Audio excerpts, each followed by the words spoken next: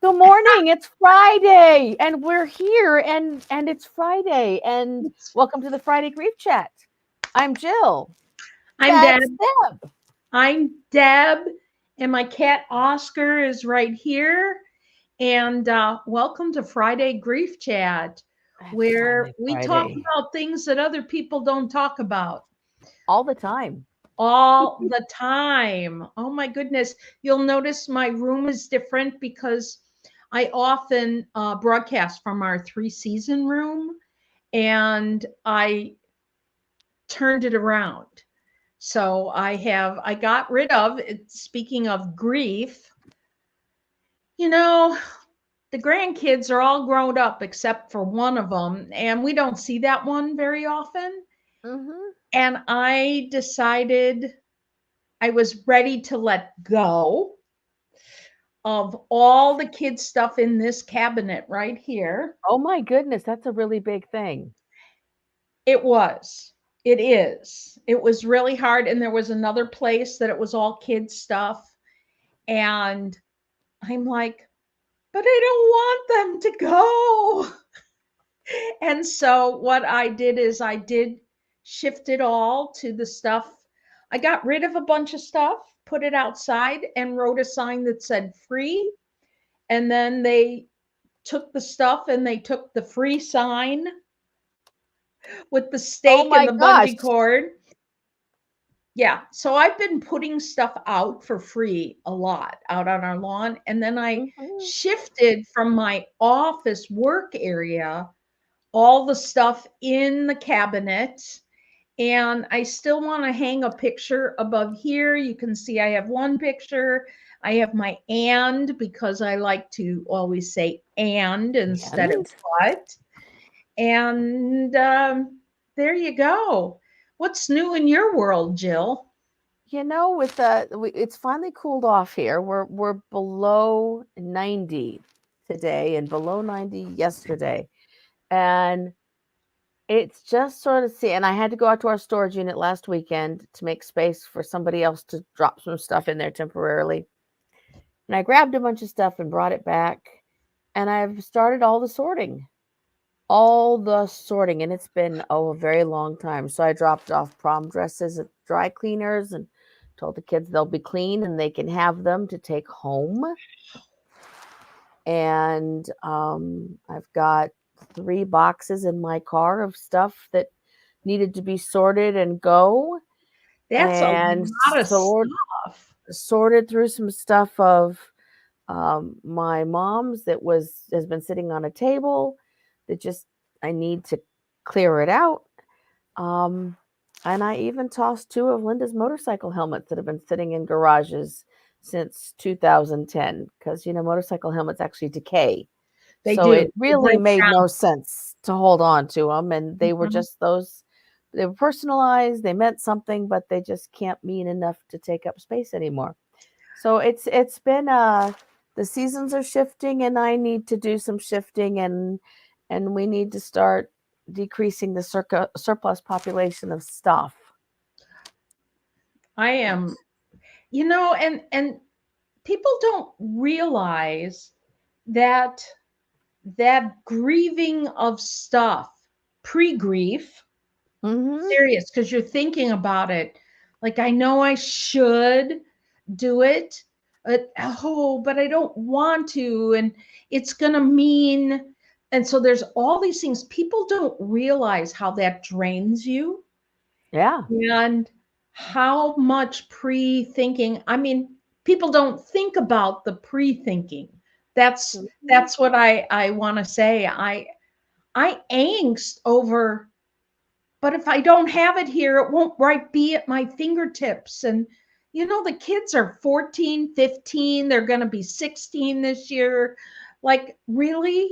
You don't need strawberry shortcake and Avengers coloring books. And the other ones are into something else. But there's still some good pages. No, there's not, Deb.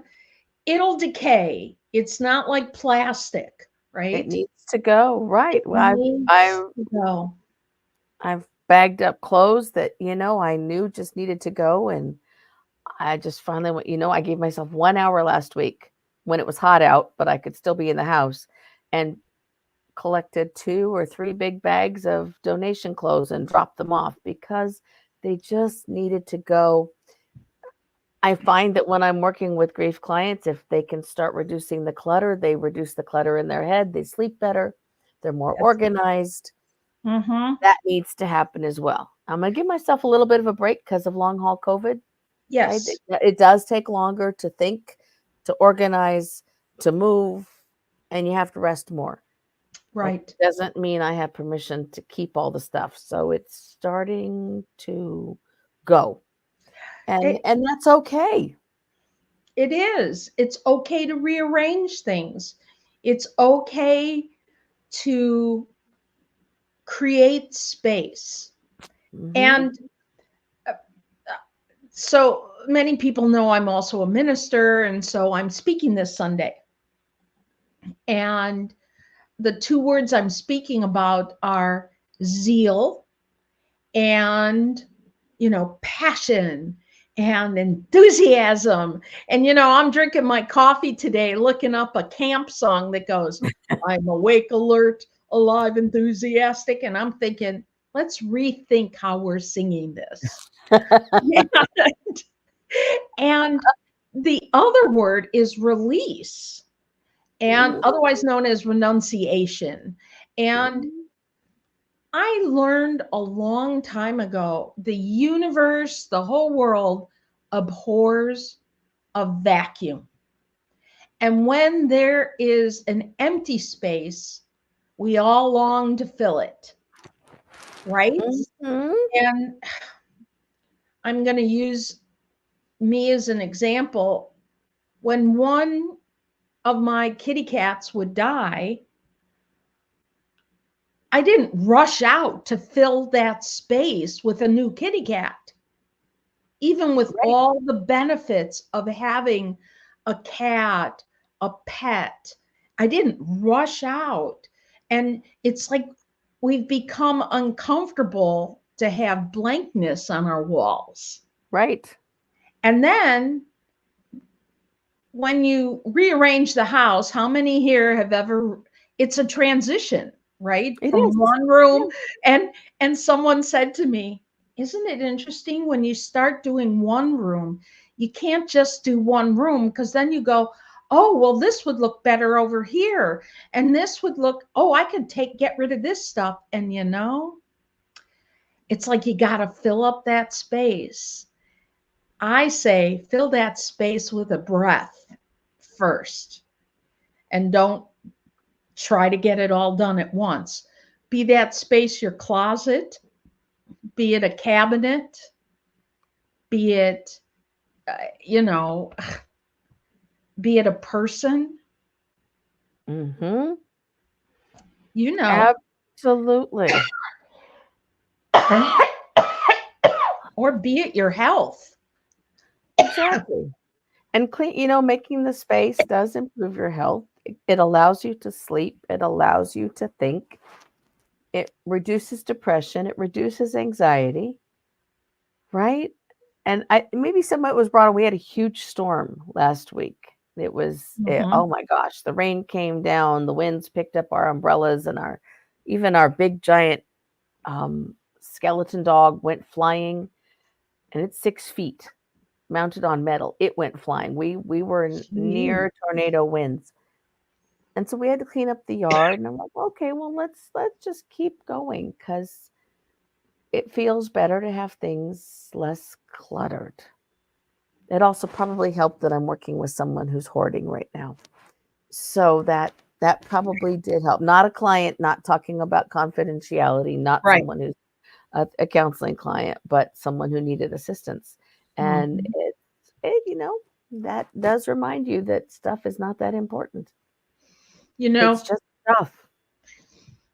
sometimes, uh, there's lots of different ways of filling up space and not just with stuff.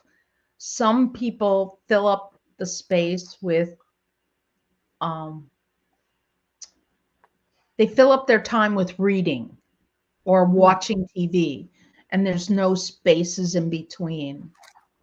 There can't Um, be any silence. some people don't like silence, so they fill it up with talking. Hmm. Some people, and uh, for me, it's not this way now, but for times in my life, I filled my space up with doing, because if I wasn't doing, I was feeling. And if I was feeling too much, it was overwhelm, it was Right. anxiety. So Hmm. if I felt like I accomplished something and saw things to the end, it was like binge watching life. Exactly right. And for a lot of grievers, it's that experience. It's I Right. need to keep busy. I need to keep the feelings at bay. I need to pack up the feelings and not look at them by not looking at the stuff that's associated with the feelings. I need to Absolutely. not bring in another cat because that's going to bring in feelings, or I'm going to have all the cats so that I don't have to feel the feelings. Y- Right. There Right. isn't one or the other. And, to some degree, none of it's wrong. But when it becomes an overwhelm and it blocks you, then it is doing it wrong because it's not making you healthier. And we should be able to have grief growth. And for growth, there needs to be space. And if There you, does. it, and this is all part of grieving.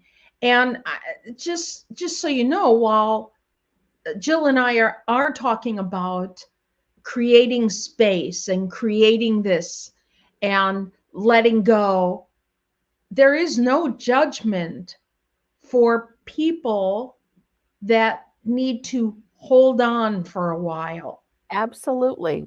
Jill And just publicly admitted that she kept motorcycle helmets for almost 15 years that right, nobody was ever going to wear again. that's, There comes a time where it just doesn't make sense anymore. but they're not even safe. As she was Right. saying, they were inside. For people who don't know, there is a type of styrofoam and it dries out. And when it's dry, it wouldn't even protect your head in a Mm-mm, little bike fall. It's like mm-mm. dust. So there's nothing inside. I know because I kept my motorcycle helmet for like 10 years. And I go, what the hell am I doing? Nobody can even use it. Right. It did help me to see the black widow nest inside one of them. That was and there's the humor. That's like having Charlotte Webb in your house. An unfriendly Charlotte. Unfriendly Charlotte. Yeah. And so uh, Jill and I both, I don't know how, because your dad died when you were younger. I don't know if your My mom kept a bunch of Yeah, stuff. When did your dad my die? he died about 22 years ago. Exactly, when you were Yeah, younger. And yeah. your mom just died Mhm, like a little over a year ago, correct? mhm. Right. And when my mom died, she didn't hang on to my dad's stuff. She got it all out, except for a couple keepsakes that my brother and I Mhm, have now.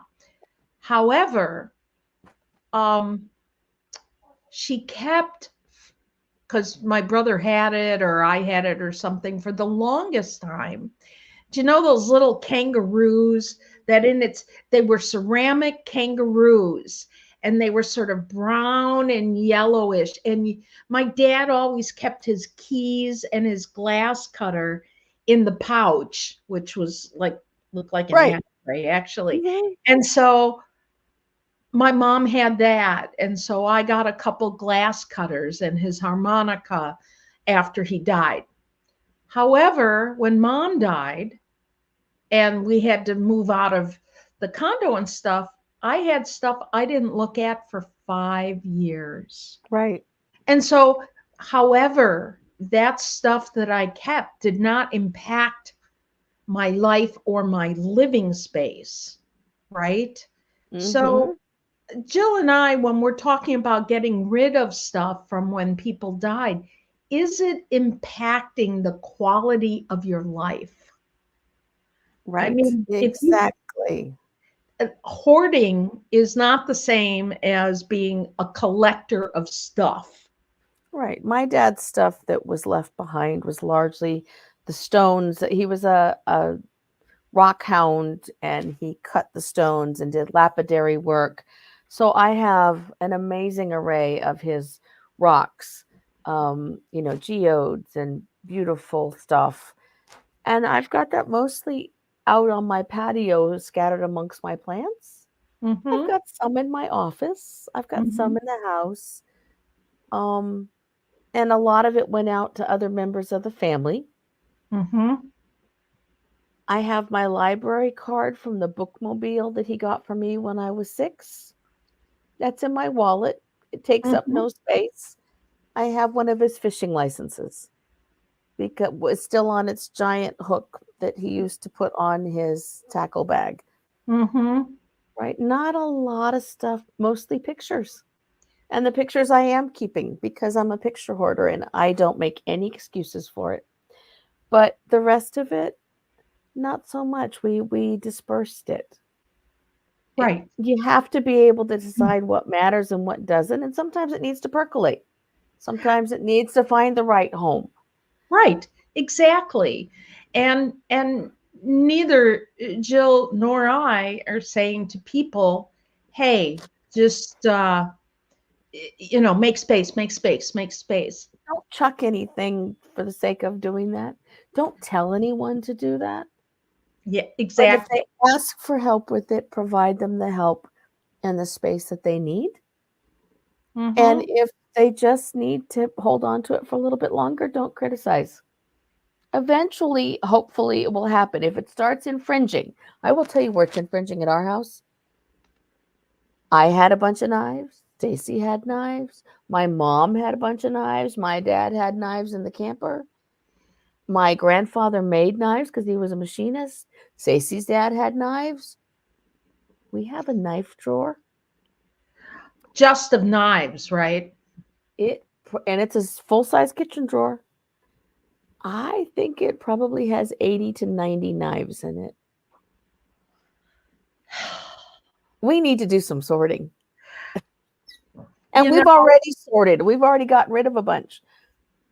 But it was in that moment when her dad died that we didn't have enough time to do a decent sort. right. And I left it at the last minute at my mom's because there was so much else big that needed to go. Mm-hmm. And so now they're all in the knife drawer and it needs to be sorted and they need to go. But notice it's in one drawer. It's not impacting your life We have 4 where drawers in our entire kitchen. you only have four drawers in your We have entire. 4 drawers in the entire kitchen. I need the drawer back. Well, the way around this is you go to Home Goods and you buy yourself. We have 2 knife blocks. We have extra plastic. We have a tiny, terrible kitchen. The guy who built these houses hated kitchens and made all of them terrible. Nobody has a good kitchen.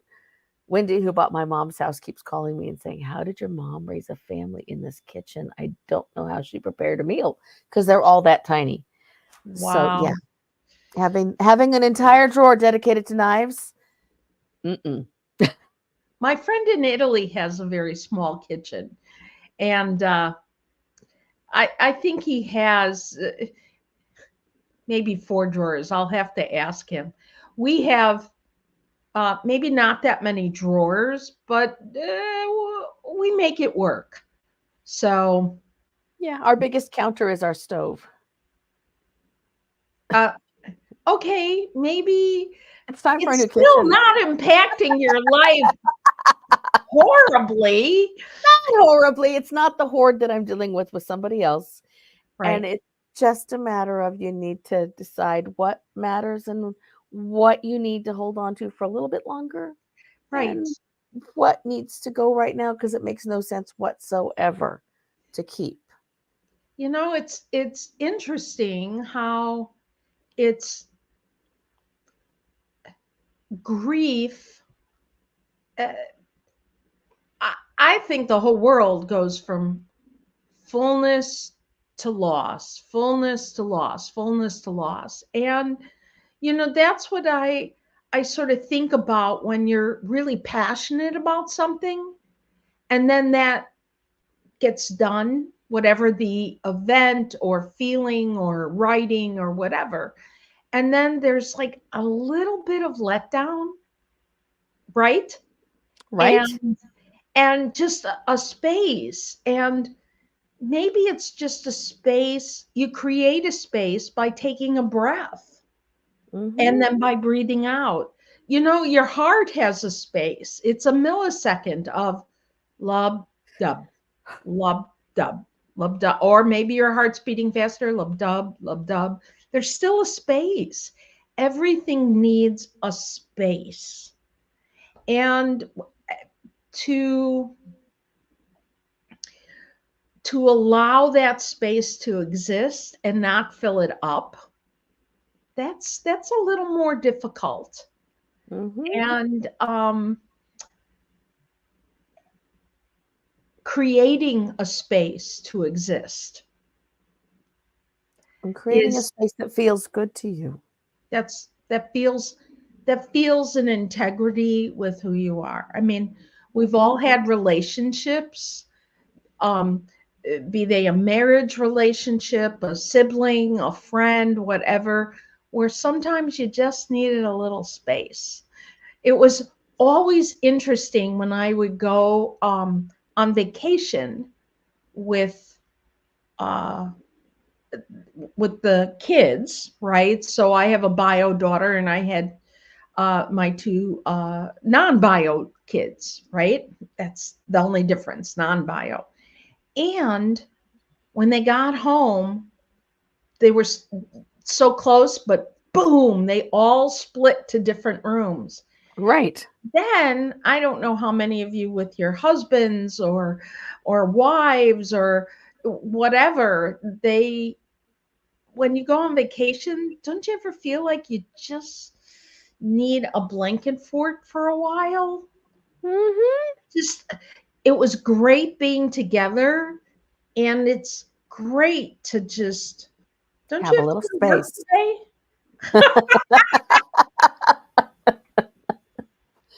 Oh, Yeah. don't you need to work on the car and hang out in the garage? I need So to go sit in the garden for a little bit. I don't know that's what I'm right. going to do there, but I'm going to need to go down and spend some garden time. So, Right? Jill and I are laughing about this because that's normal.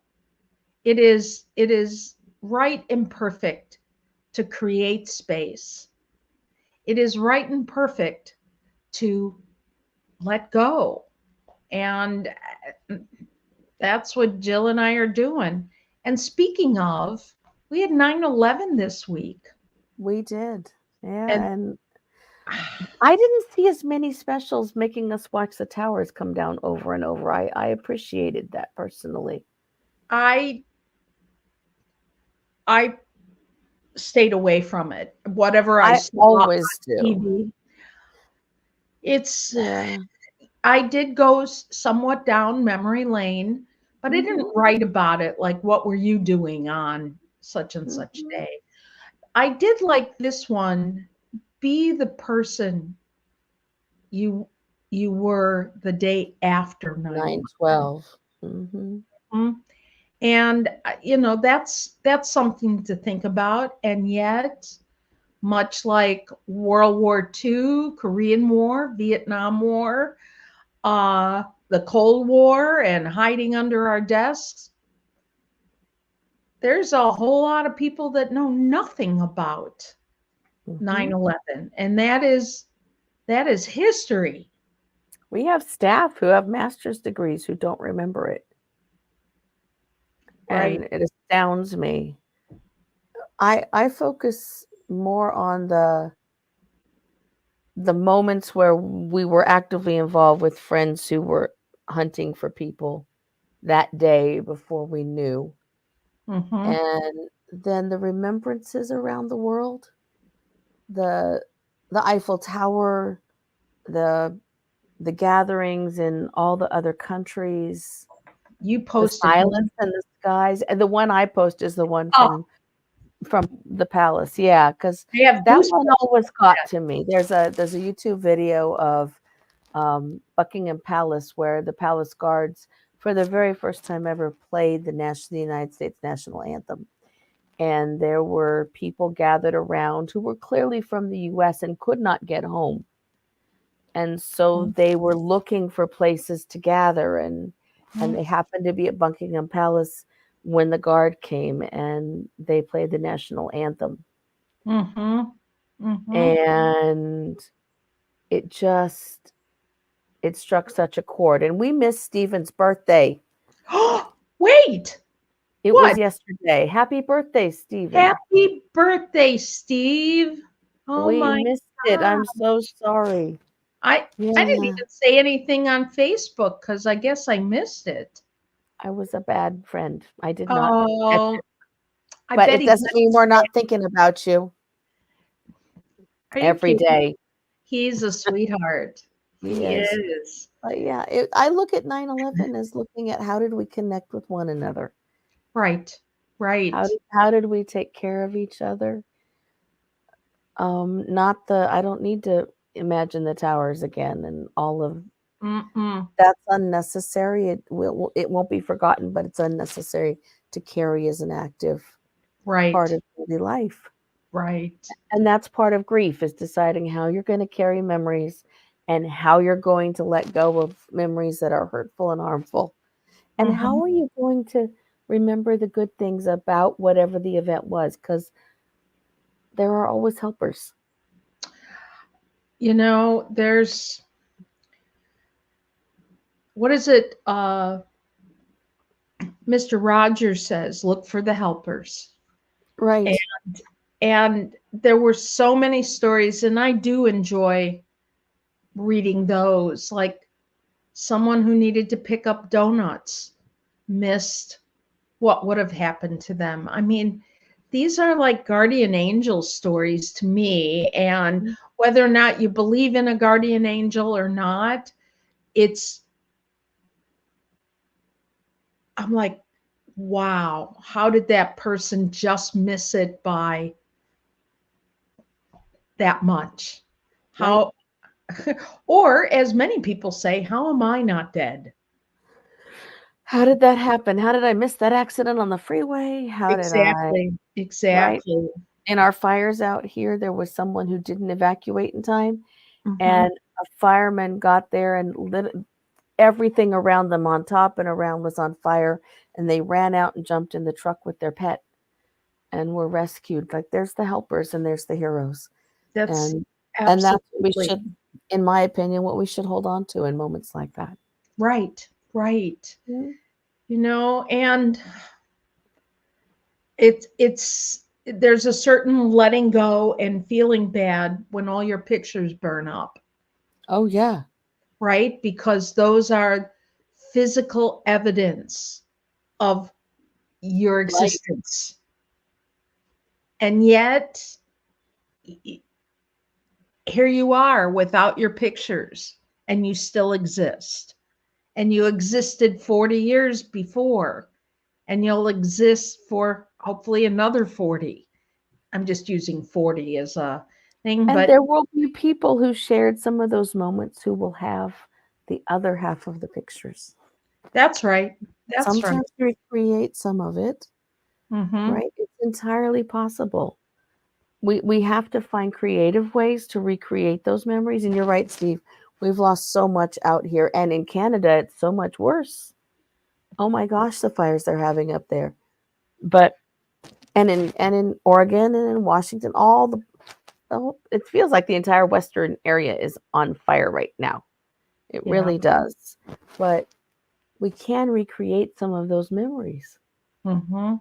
and we can share them and we can write them down for people who've had those losses so they have Mhm. those memories that you can write for them. and lessen that sense, that deep sense of unrecoverable loss. Right. The deeper I like how you say that, Jill. It's unrecoverable. Hmm. Some stuff you can get back. Some stuff you don't. Some Right. and how many stories have we heard of uh there was a ring lost and they found it 20 years later, Hmm. you know? There was something my mom had lost in the house, in her house, and she had lost it 10 years previous. She had been with my dad and they went to Japan and she got this very special necklace and she could never find it. And then when she was getting ready to sell the house, she found the necklace. I mean, those, Amazing. right. And Yeah. that also shows you how attached to things we are. Hmm. My friend in Japan, he said, this is how I take a picture. I look at something, I go like this in my brain, like, he's using a Viewmaster or a Brownie camera if he's making that sound. And Yep. and he goes, there, I have it in my mind. And Hmm. uh, you know, it's We never found my mom's wedding rings after really, we closed out the house. Yeah, but you know what this is? what is that? That is the world's tiniest wedding ring that belonged to my great grandmother that I didn't know my mom had that was in her jewelry chest. So that was the piece Oh, that I kept, right? Everybody got to pick special pieces of jewelry, and now I wear it as a pinky ring. oh, I love Had it that. not been for them, there wouldn't have been parents. So I think that's an That's even right. stronger connection, right? That's right. That's right. Oh, we're at that time, and We we are have a guest coming. Do you want to tell folks who's going to be coming? in October 18th, I think it is. Jill, I'm going to send you all this stuff, and your special people can put together something. Nancy Weil worked in the death, dying, and bereavement and cemetery industry for I don't know how many years, at least 20, maybe 30. And she was, maybe still is, the first certified laughter leader, expert level. She might be a trainer too, that put on laughter clubs at the cemetery. And she did this for different grief groups. And she is an amazing human. I've been to many conferences where, I mean, she's got a spark of energy that's crazy, wonderful, lovely. She's enthusiastic and she's international speaker and does all these other things. I think she's living in Florida. She did live in Buffalo, New York, or close, where it was always cold. And Right? so she is going to be our guest, and I'm looking forward to that. And I'm working on a couple others. Excellent, as am I. So Yeah, we will be back next week. You next week never for can sure. tell when we might pop up with an extra guest. Steve, we need to talk to you about talking about the high holy days and what that means for those who are grieving. And we'll be back Friday, 10 o'clock Pacific time, noon Central time, where Deb is, 1 o'clock Eastern time. Our podcast is on all the podcast platforms as Humor, Grace, and Grief. And you can find us on Facebook at Humor, Grace, and Grief. Thanks, everyone. Bye. Bye bye, everyone. Thank you.